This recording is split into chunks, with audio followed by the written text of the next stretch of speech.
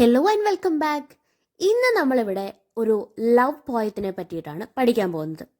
സാധാരണ love poem എങ്ങനെയാണ്, മനുഷ്യർ തമ്മിലുള്ള കാര്യങ്ങളൊക്കെ ആയിരിക്കും അല്ലേ?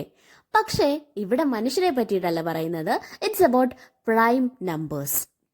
So what is prime number? Prime number is a positive integer which can be divided only by itself and 1. ആ സെയിം നമ്പറും അതുപോലെ തന്നെ 1 എന്ന് പറയുന്ന നമ്പറും കൊണ്ട് മാത്രം കംപ്ലീറ്റ്ലി ഡിവൈഡ് ചെയ്യാൻ പറ്റുന്ന നമ്പേഴ്സാണ്, പോസിറ്റീവായിട്ടുള്ള ഇൻറ്റീജേഴ്സ് ആണ് പ്രൈം നമ്പേഴ്സ് എന്ന് പറയുന്നത്. ഒന്ന് ആലോചിച്ച് നോക്കിയേ, ഈ നമ്പേഴ്സ് എന്ന് പറയുന്നത് ഹ്യൂമൻ ബീങ്സിനെ പോലെ ഫീലിങ്സ്, ഇമോഷൻസ് കാര്യങ്ങളൊക്കെ ഉള്ള മനുഷ്യന്മാരെ പോലുള്ള എന്തെങ്കിലും ക്വാളിറ്റീസ് ഉള്ളവരാണോ? അല്ലല്ലോ. അപ്പം അങ്ങനെയുള്ളവരെ പറ്റിയിട്ട് എങ്ങനെയാണ് ഒരു ലവ് പോയം എഴുതുന്നത്? അപ്പം നമ്മൾ എന്തെങ്കിലും ഒരു ടെക്നിക്ക് യൂസ് ചെയ്യും അല്ലേ? So here we use personification. Personification എന്ന് പറയുന്ന ടെക്നിക്കാണ് ഇവിടെ ഉപയോഗിക്കുന്നത്. What is personification?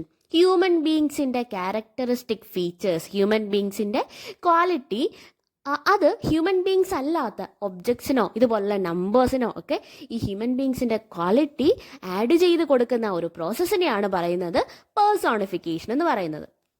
So let's talk about this poem which is written by Harry Baker, a British poet.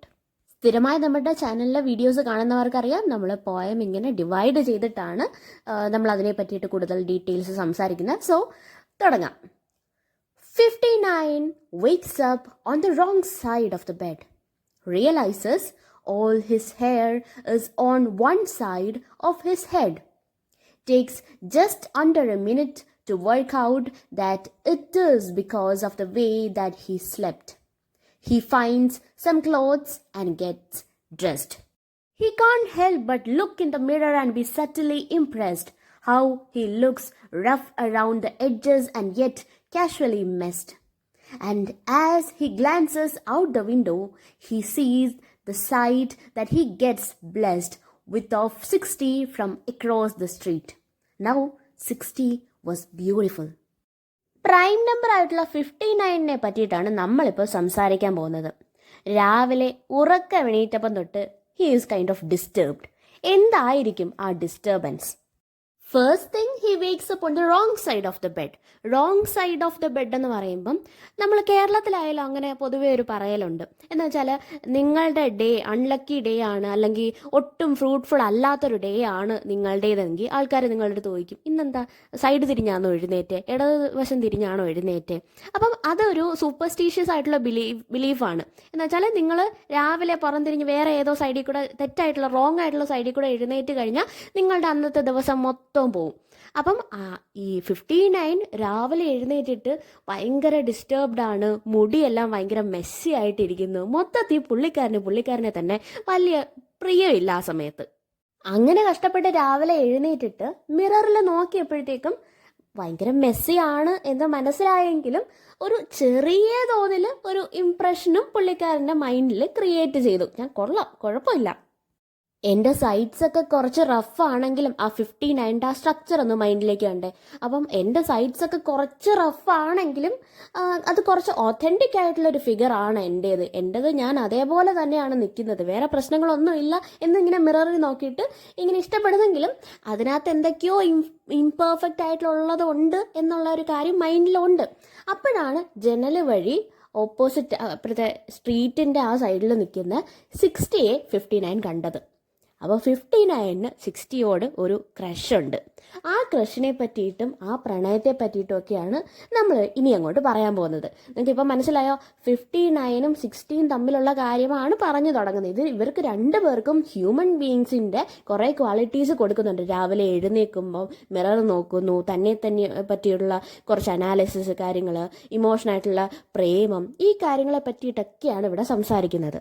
ഞാൻ കുറച്ച് റഫായിട്ടുള്ള എഡ്ജസ് ഉള്ള ഇംപെർഫെക്റ്റ് ആയിട്ടുള്ള ഒരാളാണെങ്കിലും ഞാനിപ്പോൾ രാവിലെ എണീറ്റ് ഒരു ബ്ലെസ്സിങ് പോലെ കാണുന്ന 60യെ നോക്കുമ്പോൾ, 60 എന്ന് പറയുന്നത് ഭയങ്കര പെർഫെക്റ്റ് ആണ്, ഭയങ്കര ബ്യൂട്ടിഫുൾ ആയിട്ടുള്ള ഒരു ഡിജിറ്റാണ് 60 എന്ന് പറയുന്നത്. ആ 60യോടാണ് എനിക്ക് ക്രഷ് ഉള്ളത്. With perfectly trimmed cuticles, dressed in something suitable, never rude or crude at all, unimprovable, right on time as usual, more on cue than a snooker ball, but liked to play it super cool, 59 wanted to tell her that he knew her favorite flower. He thought of her every second, every minute, every hour. But he knew it wouldn't work. He would never get the girl. Because although she lived across the street, they came from different worlds. When he talks about 60, he's actually talking about perfection. 60 എന്ന് പറയുന്നത് എല്ലാ കാര്യത്തിലും perfect ആണ്. Perfectly എല്ലാ കാര്യങ്ങളും accurate ആയിട്ട് align ചെയ്തിട്ടുള്ള, നല്ലതായിട്ട് ട്രിം ചെയ്തെടുത്ത ക്യൂട്ടിക്കിൾസ് എന്ന് വെച്ചാൽ നഖത്തിൻ്റെ കുറച്ച് ഒരു സ്കിൻ ഇങ്ങനെ പുറത്തോട്ട് വന്നിരിക്കുമല്ലോ, അതെല്ലാം പെർഫെക്റ്റ്ലി ട്രിം ചെയ്ത് വെച്ച കറക്റ്റായിട്ട് സ്യൂട്ടാവുന്ന ഡ്രസ്സൊക്കെ വെയർ ചെയ്തിട്ടുള്ള, ഇങ്ങനെ എന്തെടുത്ത് നോക്കിയാലും പെർഫെക്ഷൻ മാത്രമേ നമുക്ക് കാണാൻ പറ്റത്തുള്ളൂ. ഇംപെർഫെക്റ്റ് എന്ന് പറഞ്ഞ് നമുക്ക് എടുത്തു പറയാൻ ഒന്നും തന്നെ ഇല്ല. അതിനകത്ത് ഇമ്പ്രൂവ് ചെയ്യാനോ മാറ്റം വരുത്താനോ ഒന്നും തന്നെ ഇല്ല. അത്രമാത്രം പെർഫെക്റ്റ് ആണ് 60 എന്ന് പറയുന്നത്. സൊസൈറ്റിയുടെ ബ്യൂട്ടി സ്റ്റാൻഡേർഡ്സ്, അതിൻ്റെ എക്സ്പെക്റ്റേഷനൊക്കെ കറക്റ്റായിട്ട് അതിനുള്ളിൽ തന്നെ ഫിറ്റ് ഇൻ ചെയ്യുന്ന 60യെ പ്രണയിക്കുക എന്ന് പറയുന്നത്, അതിനെ പറ്റിയിട്ട് ഓർത്തിട്ട് തന്നെ 59 ഒരു ഹോപ്പുമില്ല. എന്തായാലും എനിക്ക് 60നെ കിട്ടത്തില്ല, കാരണം അത്രയ്ക്ക് പെർഫെക്റ്റ് ആണ് അവൾ. എന്നെ പറ്റിയിട്ട് പറയുവാണെങ്കിൽ ഐ എം വെരി ഇംപെർഫെക്റ്റ്. ഞാൻ 60യുടെ അടുത്ത് പോയി നിൽക്കുമ്പം അവൾ ഒരു കാരണവശാലും എന്നെ അക്സെപ്റ്റ് ചെയ്യാൻ പോകുന്നില്ല. ഞങ്ങളുടെ ബന്ധം എന്തായാലും അതിന് എന്തായാലും അവരുടെ ആ ഗോളിലേക്ക് എത്തത്തില്ല എന്ന് ആ 59ന് നല്ല വിധം അറിയാം. അത് മാത്രമല്ല, സൊസൈറ്റി ഞങ്ങളെ രണ്ടായിട്ടാണ് ഡിവൈഡ് ചെയ്തിരിക്കുന്നത്. ഒന്ന് ഈവൻ നമ്പർ, ഒന്ന് ഓഡ് നമ്പർ. നിങ്ങളൊന്ന് ആലോചിച്ചേ, നമ്മളുടെ റിയാലിറ്റിയിലേക്ക് ഇറങ്ങി വന്നിട്ട് നിങ്ങളൊന്ന് ആലോചിച്ച് നോക്കും. ഇവിടുത്തെ അവസ്ഥ എന്താണെന്ന് പറയുമ്പം, ഇവിടെ സോഷ്യൽ സ്റ്റാറ്റസ് ഉണ്ട്, ഇക്കണോമിക് സ്റ്റാറ്റസ് ഉണ്ട്, അതുപോലെ തന്നെ ഏത് ജോലിയാണ് ചെയ്യുന്നത്, ഏത് കാസ്റ്റാണ്, ഏത് റിലീജിയൻ ആണ്, ഈ കാര്യങ്ങളെ പറ്റിയിട്ടൊക്കെ സംസാരിച്ച് അവർ തമ്മിലുള്ള, രണ്ടാൾക്കാർ തമ്മിലുള്ള ഇമോഷൻ എന്ന് പറയുന്നതിന് യാതൊരുവിധ ഇമ്പോർട്ടൻസും കൊടുക്കാതെയുള്ള റിലേഷൻഷിപ്പാണ് ഇപ്പോൾ പൊയ്ക്കൊണ്ടിരിക്കുന്നത്. എല്ലാവരും സോഷ്യൽ എക്സ്പെക്റ്റേഷൻ്റെ പുറത്താണ് സംസാരിക്കുന്നതും റിലേഷൻഷിപ്പിലാവുന്നതും ഒക്കെ. വേറെ 2 പേര് ഇമോഷണലി കണക്റ്റഡ് ആയിട്ട് അത് മുന്നോട്ട് പോവുക എന്ന് പറയുന്ന ഒരു രീതിയിലേക്ക് എത്തുമ്പോഴത്തേക്കും അവിടെ ഓൺ ദ സ്പോട്ട് വരും സൊസൈറ്റൽ എക്സ്പെക്റ്റേഷനും. ഇവിടെയാണ് ഈ 59ന് ഒരു കാരണവശാലും 60യെ കിട്ടില്ല എന്ന് പറയുന്ന കാര്യത്തിൻ്റെ പ്രസക്തി ഉള്ളത്. അവർ 2 പേരും 2 സ്റ്റാറ്റസിലുള്ള ആൾക്കാരാണ്. ഒന്ന് ഈവനും ഒന്ന് ഓടും. അപ്പം ഓടിനും ഈവനും കൂടെ കല്യാണം കഴിക്കാനായിട്ട് ഒരു കാരണവശാലും പറ്റില്ല. നമ്മുടെ സൊസൈറ്റിയിലും ഇതൊക്കെയാണ് നടക്കുന്നത്. പല റിലീജിയൻ, പല കാസ്റ്റ്, പല സോഷ്യൽ സ്റ്റാറ്റസ്, ഈ കാര്യങ്ങളൊക്കെ മറികടന്ന് ട്രൂ ലവ് എന്ന് പറയുന്ന ഒരു കാര്യം അച്ചീവ് ചെയ്യുക എന്ന് പറയുന്നത്, അറ്റൈൻ ചെയ്യുക എന്ന് പറയുന്നത്, it is nearly impossible. While 59 admired 60's perfectly round figure, 60 thought 59 was odd. One of his favorite films was 101 Dalmatians. She preferred the sequel. He romanticized the idea they were star-crossed lovers. They could overcome the odds and evens because they had each other. While she maintained the strict views imposed on her by her mother, that separate could not be equal. And though at the time he felt stupid and dumb for trying to love a girl controlled by her stupid mum, he should have been comforted by the simple sum: take 59 away from 60 and you are left with the one. നമ്മൾ ഇതുവരെ 59 എങ്ങനെയാണ് 60 എന്നുള്ള കാര്യം പറഞ്ഞു. വളരെ perfect ആണ്. According to 59, 60 is very perfect. But according to 60, what is 59?